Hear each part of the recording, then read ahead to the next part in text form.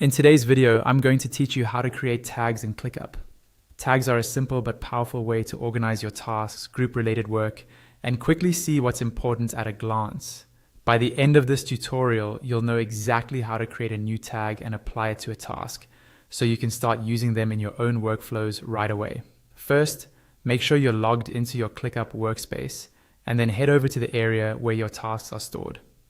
You want to be in a list view, because that's where we'll be creating and tagging a new task. Look for the list that contains the tasks you're working on today, and open that list view so you can see the task table. Once you're in the list view, look for the option to add a new task. This is usually a button or a row labeled Add Task near the top or bottom of your task list. Go ahead and click on Add Task to start creating a new item. This will open a new task line or a small task creation window, depending on your layout. Now, give your task a clear and descriptive name.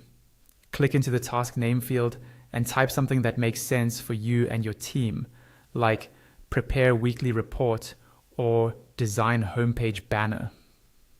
Taking a moment to name your task properly will make it much easier to understand what the tag refers to later on. With your new task created and named, it's time to add a tag. Look for the tag icon in the task's details. This icon often looks like a small label or price tag. Click on that tag icon to open the tag panel. This is where you can see any existing tags and create new ones. In the tag panel, you'll see a field where you can type a new tag name. Click into that field and type the new tag you want to use. Choose something short, meaningful, and consistent with how your team works. For example, urgent, client A, or design. Good naming conventions will help keep your workspace clean and easy to filter later. After typing the name of your new tag, click on the Create option that appears. This tells ClickUp to add this as a brand new tag to your workspace and attach it to the task you're working on. You should now see the tag applied to the task.